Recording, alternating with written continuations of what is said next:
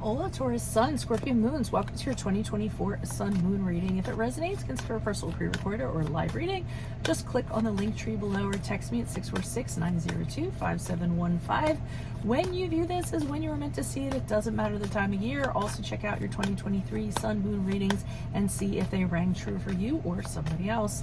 The first portion of this reading, I will go over the traits of your Sun Moon combination, pull the main cards, and take a quick look at your 2024. The second portion is in the Vimeo link below, where we'll have a deeper interpretation of those cards with clarifiers in addition to a card of advice for 2024. So, Taurus Sun, Scorpio Moons, there's so much you could accomplish in life if you just learn to tame your anxieties. On the outside, you appear very hardworking and determined, but sensual things can often distract you.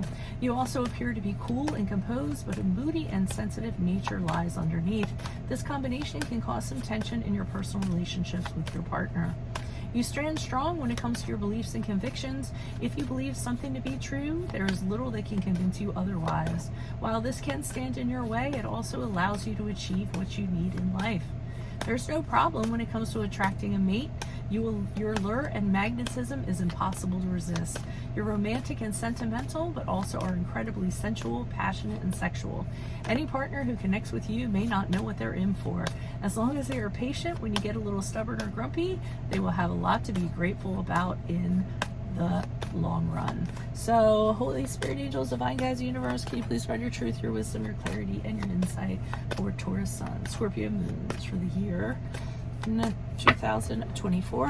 What do you see? What do they need to know to reach their higher ground and come closer to universe and closer to divine? What do you see for January, February, March for Taurus Sun, Scorpio Moons? We have the Empress card in the upright. Wonderful Taurian energies in that card. What do you see for April, May, June? April, May, June, we have the Ten of Pentacles in the reversed.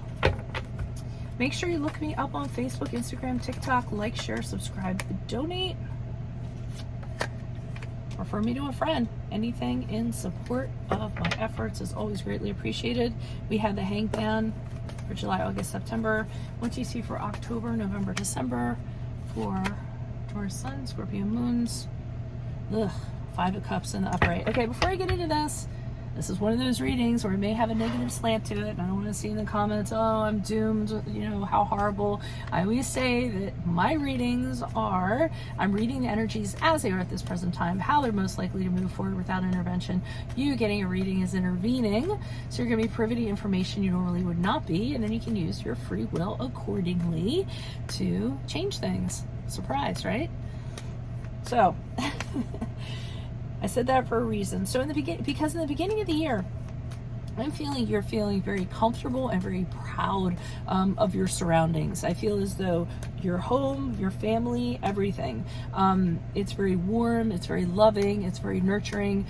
You're kind of fitting into that environment too. Some of you could be expecting a child, so you're kind of nesting to get, you know, everything ready for the baby to come, you know, ensuring that everything is just, you know, like I said, you just sink into it. You feel so comfortable because of it.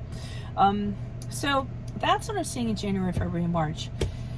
In April, May, June, here's where there's family discord. I feel as though there's, it could be family or whoever you consider your family. So it could be your nuclear family, you know, it could be the work family, it could be your friends, what have you. But now I feel there's disagreements going on and there's fissures and cracks kind of happening. It could be disagreements about practical things, typically it is, or about money, or what's going to be done with money, or what's going to happen to the inheritance, or what's going to happen to the property, or, you know, what, or a remodeling project, things of that nature. And I feel as though there's people arguing as a result of that. It could be you and a significant other, or it could be you and a group kind of not getting along because of that. So we have the Hangman, and be careful because that's when your stubbornness can kind of come into play a little bit. Try to be open and tolerant of other people's opinions, so that you're adding the solution instead of the problem. Now, the Hanged Man comes along in July, August, and September, and I feel that this is where there's going to be a moment of pause. I feel like everyone's going to go to their separate corners. you're saying to yourself, okay, let me just stop for a minute. Let me just kind of consider everything that's going on. Let me see what I'm really willing to do for this, how I see this kind of playing out, how my actions are going to kind of play into this, and really trying to, enlighten yourself, put some thought in, have some internal conversations about this situation. But during this time, nothing is going on. Nothing's going forward or backwards. It's just kind of like frozen in time. Now, as we move forward, I feel as though whatever this situation is does not end up resolving.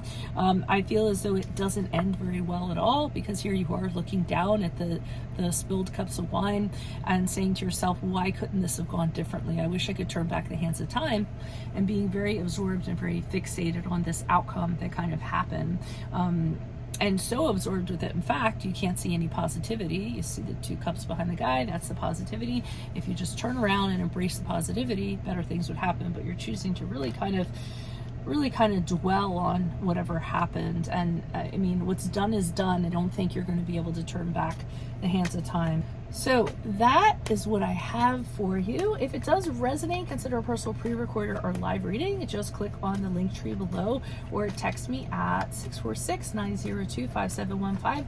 But definitely make sure you click on the Vimeo link below, where I'll have a deeper interpretation of these cards with clarifiers, in addition to a card of advice for 2024.